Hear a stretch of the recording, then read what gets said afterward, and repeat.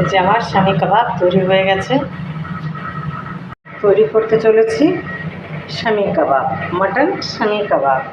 তো বন্ধুরা, এই আমার প্রিপারেশান রেডি।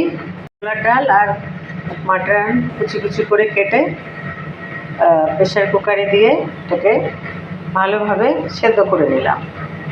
প্রেশার কুকারের মধ্যে কিছুটা পেঁয়াজ কেটে, একটু সর্ষের তেল, দুটো কাঁচা লঙ্কা, তার সাথে দুটো শুকনো লঙ্কা আর কিছুটা আদা আর রসুন ওর মধ্যে দিয়ে দিলাম। দিয়ে ওটাকে আমি পুরোপুরি সেদ্ধ করে নিলাম। সেদ্ধ করার পরে বেশ ঠান্ডা হয়ে গেলে ওটাকে আমি মিক্সার গ্রাইন্ডারে গ্রাইন্ড করে নিলাম। কুচি কুচি পেঁয়াজ, কাঁচা লঙ্কা কুচি, একটু চিলি ফ্লেক্স, আর তার মধ্যে বেশ পরিমাণ মতো লেবুর রস আর কিছুটা চিনি দিয়ে এটাকে আমি ভালোভাবে লবণ দিয়ে মেখে নিলাম। কিন্তু আমি কোনো গরম মশলার ব্যবহার করিনি। বন্ধুরা, এটা আমাদের পুরোপুরি নিজস্ব রান্না বাড়ির। আমার মা ফুপুরা এই রান্নাটা খুব করতেন।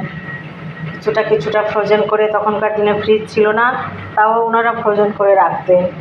2-3 দিন ধরে ডাল ভাতের সাথে এটাকে ওনারা আমাদেরকে ভেজে ভেজে দিতেন। শামি কাবাব, ডাল ভাত, লেবু আলু সিদ্ধর সাথে দারুণ তৃপ্তি করে আমাদের খাওয়া হতো। বন্ধুরা, আমি এবার শামি কাবাবটা ভেজে নিই।